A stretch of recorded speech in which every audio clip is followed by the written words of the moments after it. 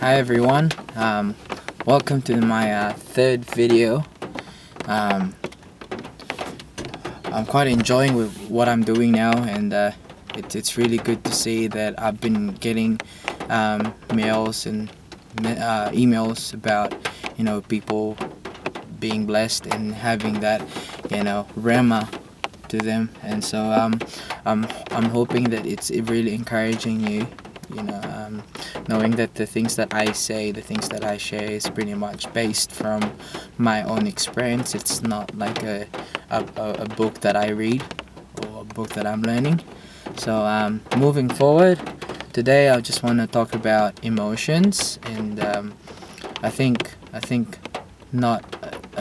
even myself, I'm working on my emotions. Because emotions it's the difference between attitude and emotions, by the way. I think my opinion is attitude is more like a mind controlled thing in the bit of heart, it's like it tells you what you need to do, it tells you what you're supposed to do, alright? Whereas emotions is the abundance of the heart. It's like whatever your heart feels, You cannot stop your heart from feeling something, but you can control it. You can, for example, being angry. All right, that's emotions. You cannot stop from your heart from being angry. Okay, because that's reality. That's emotions. That's your heart. That's what your heart says about something. That's the abundance of it. That's what it's telling you. But you can control it. Okay. Now my question is, why are we talking about emotions? Number one is because I had a few scenarios at work where I had to deal with clients that are really I should say they really challenged me, because I deal with accounts and stuff like that, and paying and making sure that they pay their arrears and stuff like that. So chasing people up is a hard thing, but to me emotions is really important here, being able to control it, because it says here in by the way, I'm reading this book from John Maxwell, Go for Gold. It's not what I really like, but I like it in a sense because it's helping me in many ways. I've read almost all of his books. I really love John Maxwell.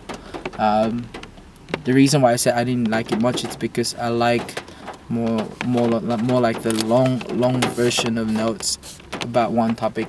This is more like a short kind of daily devotional thing. But anyway, I just want to talk about this. It says here, people have just two choices when it comes to their emotions. First is they can master their emotions. Those people that can master their emotions, or those people that are being mastered by their emotions. So my question to you now is, do you master your emotions, or are you being mastered by your emotions? Let me give you an example. Okay, some people, when they get angry, they stop themselves from being angry because they know that it's just no point to be too angry about things, unless if it's gonna drive them to do something good or to fix it or to solve it. But some people, when they get angry, they just get angry, and on top of that, they smash things. They throw plates to everyone, or I don't know. They just do whatever, So my question to you is, do you master your emotions, or do you let your emotions master you? Okay. Because like in the Bible or other books, there's always two things, mind and heart. They always say that it's good to have heart because the heart drives the mind. The heart drives your body. The heart drives everything. It gives you power, But the mind is like a steering wheel, alright? It drives you where you're supposed to be. It gives you direction. It gives you the right way. Leads you to that place where you're supposed to be. So pretty much, if you know how to control your power, or if you know how to control your emotions, then it will eventually help you to go further with what you want to do. Because I've seen a lot of people out there that are so skillful with their career, and yet because they face this person at their work, and that really pissed them off, they're like, oh, I want to quit this, this and that, and the emotions just filled up, blown up with all the frustrations and disappointments from work, from people, and they end up just quitting. And they end up saying, you know what, I'll leave this industry, I'll leave this work because there's just no point. Okay, at the end of the day, did you master your emotions, or did you let your emotions master you? Because there are many ways to solve it, I should say. Well, the reason being you cannot see the solutions or the options on how to solve it, it's because you've already let your emotions master you. Because the moment you let your emotions master you, the moment your mind closes itself from thinking of ideas that may work to resolve the issue. Okay, I think it's very very important that we realize that it all starts with emotions. The moment we lose ourselves and the moment we let our emotions master us, the moment we stop ideas and wisdom to come through our mind. Okay, let's say put it this way. For example, there was a part in the Bible, when the fishermen, went out to the sea, and they're like, oh jeez, man, Jesus, what happened, man? We went to the boat, went to the sea, and we always went to that place, at that spot on the sea where there was so many fish, but today, God, not even a single anchovy, or not even a snail, God, we were not able to get anything at all.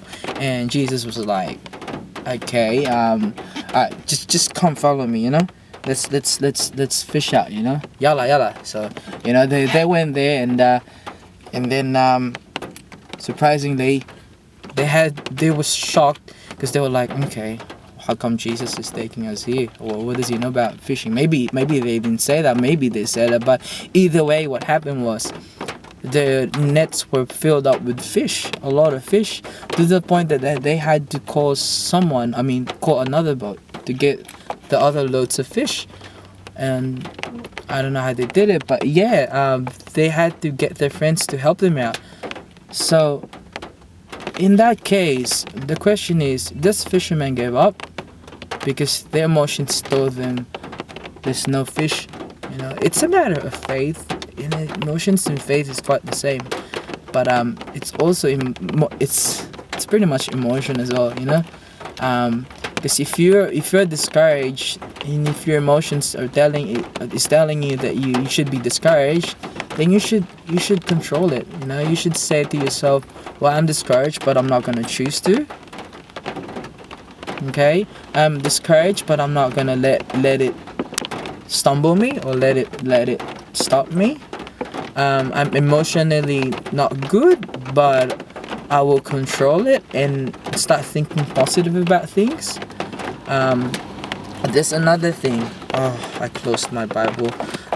There's a thing here that says, surround yourself with people who are wise, and do not teach a fool, because he will just scorn the words of your wisdom. It's like saying, surround yourself, like I said from the previous video, surround yourself with people that will engage you to good stuff, that will engage you from being able to control your emotions. Because at the end of the day, emotion is the start of everything. It's like driving a car again, without the power is like the emotions. You should use it properly, and if you're in a slow run, drive slowly, use a bit of power, use a bit of control it, pretty much. Okay, should be able to control it. All right, well, I guess that's about it. At the end of the day, we are all facing different emotional challenges. And the question is, what will you choose? Will you choose to be mastered, or will you choose to master your emotions? And we know what lies ahead of it if we choose to master it, and if we choose to be mastered by our emotions. So hope you all the best. Nobody's perfect, but aim to be the best, okay? Because at the end of the day, it's for your benefit. It's not for to please people or anything, but it's for your benefit, because your character builds up and you become better and better every day for choosing the right thing. Alright, and just to let you know, today I've got a job interview again. This is like my third job at the moment. I used to work 2-3 jobs, but I went Lilo last year, and now I'm coming back again to working hard. Yeah, just to encourage you, control yourself, control your emotions, get a positive attitude about everything, and things will just flow accordingly. I don't know with you, but I've got a God, and I always believe that there's